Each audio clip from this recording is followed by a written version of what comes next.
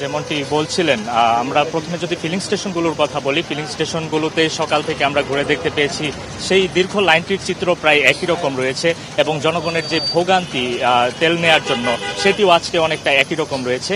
আর অপরদিকে পাবলিক বাসের কথা যদি আমরা বলি, আপনি জানেন যে তেলের দীর্ঘ লাইনের কারণে অনেকেই ব্যক্তিগত গাড়ি ব্যবহার বন্ধ রেখে এখন ঝুঁকছেন তারা গণপরিবহনের দিকে এবং তারা অনেকেই যেমন মেট্রো রেল এবং বাসগুলো তারা বেছে নিচ্ছেন।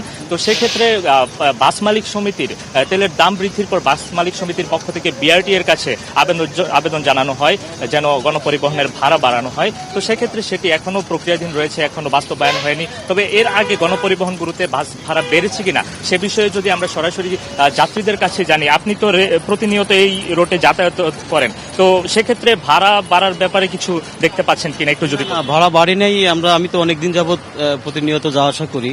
তেলের দাম বৃদ্ধির কারণেও ভাড়া বাড়েনি, পূর্বে যখন তেলের দাম কম ছিল তখনও ভাড়া বাড়েনি। ভাড়া স্থির শিথিলতা আছে, কোনো ভাড়া বাড়েনি।